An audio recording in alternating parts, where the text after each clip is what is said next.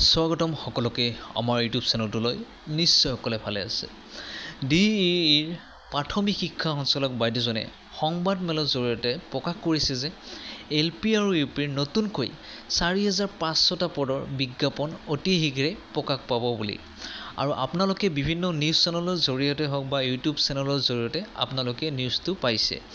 যিহেতু নতুনকৈ 4500টা পদৰ বিজ্ঞাপন প্ৰকাশ পাবলৈ গৈ আছে আৰু যিসকল কেণ্ডিডেটে নতুনকৈ CTET পাছ কৰি ভাল এটা স্ক'ৰ আনিছে তেওঁলোকৰ বাবে কিন্তু বহুতো ভাল খবৰ। কাৰণ কিয়নো তেওঁলোকৰ এটা সপোন পূৰণ হ'বলৈ গৈ আছে, যিহেতু শীঘ্ৰে বিজ্ঞাপনটো প্ৰকাশ পাব। আৰু যিসকল কেণ্ডিডেটে আগৰ এডভাৰটাইজমেণ্টটোত এপ্লাই কৰিছে, যদি তাত তেওঁলোকে মেৰিট লিষ্টত নামটো নাহে, তেতিয়াহ'লে তেওঁলোকে এই নতুনকৈ বিজ্ঞাপনটোতো এপ্লাই কৰিব পাৰিব।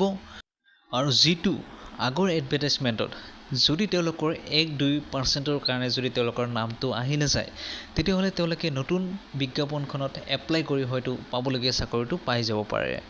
আৰু যিহেতু আগষ্টত যিবিলাক কেণ্ডিডেটে CTET এক্সাম দি এপ্লাই কৰিছে, তেওঁলোকে কিন্তু জানুৱাৰীটো এক্সামটো দিছে আৰু তেওঁলোকে জুলাইটো এক্সামটো দিছে।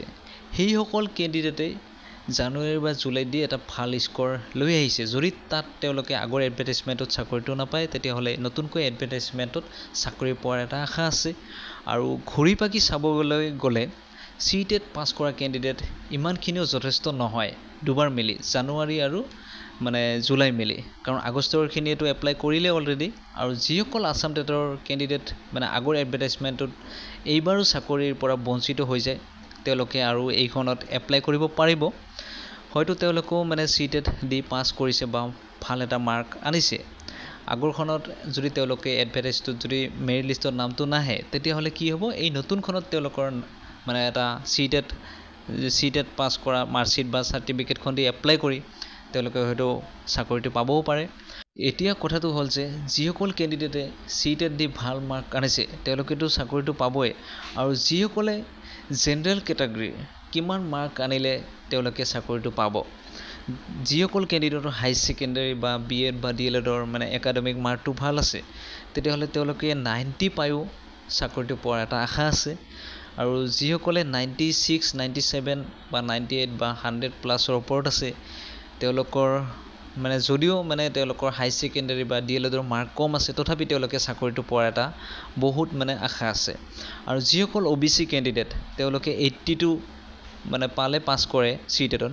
আৰু যিসকলৰ আছাম টেটত তেওঁলোকৰ 83, তেওঁলোকৰ যদি হাই ছেকেণ্ডেৰী আৰু যদি তেওঁলোকৰ নতুনকৈ যিবিলাকে DLEd দিলে তেওঁলোকৰ যদি ভাল মাৰ্ক আছে, তেতিয়াহ'লে তেওঁলোকেও চাকৰিটো পাবলৈ গৈ আছে। আৰু যিসকল SC, ST বা STP হিলছ আছিলে, তেওঁলোকে যদি 82 পায়ো পাছ কৰি থৈ দিছে, তেতিয়াহ'লে তেওঁলোকৰ যদি একাডেমিক মাৰ্কটোও ভাল আছে, হাই ছেকেণ্ডেৰী হওক বা DLEd হওক বা BEd হওক, তেওঁলোকৰ যদি মাৰ্কটো ভাল আছে, তেতিয়াহ'লে তেওঁলোকে এই নতুনকৈ অহা এডভাৰটাইজমেণ্টত চাকৰিটো পোৱাৰ এটা বহুত আশা আছে। আৰু যিসকল SC, STP বা OBC, তেওঁলোকে যদি 100+ মাৰ্ক স্ক'ৰ কৰি ৰাখিছে নতুনকৈ CTET দি, তেতিয়াহ'লে তেওঁলোক জেনেৰেল কেটেগৰীত তেওঁলোকৰ চাকৰিটো পোৱাৰ আশা আছে। তেওঁলোকে জেনেৰেল পষ্টতে পাই যাব। আৰু যিহেতু আগষ্টৰ CTET দি যিসকল কেণ্ডিডেটে এপ্লাই কৰিলে অলৰেডি, তেওঁলোকে কিন্তু নতুনকৈ CTET জানুৱাৰী আৰু CTET জুলাইত দি তেওঁলোকে মাৰ্কটো ইনক্ৰিজ কৰিছে। সেই হিচাপে 5550টা পদত যদি আগষ্টৰ যিমান সংখ্যক CTETৰ ভাল নম্বৰ পোৱা ছাত্ৰ ছাত্ৰী আছিলে, তেওঁলোকেতো তাত পাই যাব। আৰু তেওঁলোকে কিন্তু জানুৱাৰী জুলাইতো দি এটা ভাল মাৰ্ক আনিছে, তেওঁলোকে তেতিয়াহ'লে কি হ'ব, আগৰ এডভাৰটাইজমেণ্টত যদি তেওঁলোকে চাকৰিটো পায়, তেতিয়াহ'লেতো নতুনখন এডভাৰটাইজত তেওঁলোকে এপ্লাই নকৰিব। তেতিয়াহ'লে কি হ'ব, আপোনালোক যিখিনি কেণ্ডিডেট ৰৈ যাব CTET পাছ কৰা, তেওঁলোকেও কিন্তু চাকৰিটো পাই যাব। কাৰণ কিয়নো ইমানখিনিও ছাত্ৰ পাছ কৰা নাই CTETত দুবাৰ মিলি। কাৰণ যিসকল নতুনকৈ পাছ কৰিছে, আপোনালোক পোৱাৰ আশাটো এইকাৰণে, যিসকল কেণ্ডিডেট আগষ্টত CTET দি এপ্লাই কৰিছে আগৰ এডভাৰটাইজমেণ্টটোত, তাৰে 2000 মান কেণ্ডিডেট মানে ভাল মাৰ্ক আছিলে আৰু তেওঁলোকে মানে আগৰ এডভাৰটাইজমেণ্টতো চাকৰি পাই যাব আৰু সেইসকল কেণ্ডিডেটে কিন্তু জানুৱাৰীটো এক্সাম দিছে আৰু জুলাইটো দি এনে ভাল মাৰ্ক আনিছে তেওঁলোক যদি আগৰখন এডভাৰটাইজতে পাই যায় তেতিয়াহ'লে যিমান কেণ্ডিডেট মানে ৰৈ যাব আসাম টেট হওক বা চিটেট যিসকলৰ মানে এটা ভাল মাৰ্ক আছে তেওঁলোকেতো চাকৰিটো পাবই আৰু কম মাৰ্ক থকাবিলাকো চাকৰিটো পাব তে আপোনালোকৰ বাবে বহুতো ভাল খবৰ আৰু যিহেতু বছৰত দুবাৰকৈ চিটেট হয় সেইকাৰণে বাৰ যিহেতু কেণ্ডিডেটবিলাকে চিটেট এক্সাম দি আছে সেয়েহে ইমানখিনিও কেণ্ডিডেট নাই আৰু ভাল মাৰ্ক আনা কেণ্ডিডেটো ইমানখিনি নাই যদি আপোনালোকক এই বিষয়ে ভিডিঅ' লাগে তেতিয়াহ'লে মই নিশ্চয় আপোনালোকৰ মাজত ভিডিঅ' আনিবলৈ চেষ্টা কৰিম যিহেতু এই বিষয় লৈ মই আগতো এনালাইজ কৰিছিলোঁ ভিডিঅ'ৰ জৰিয়তে কিমান সংখ্যক চিটেট কেণ্ডিডেট পাছ কৰিছে কিমান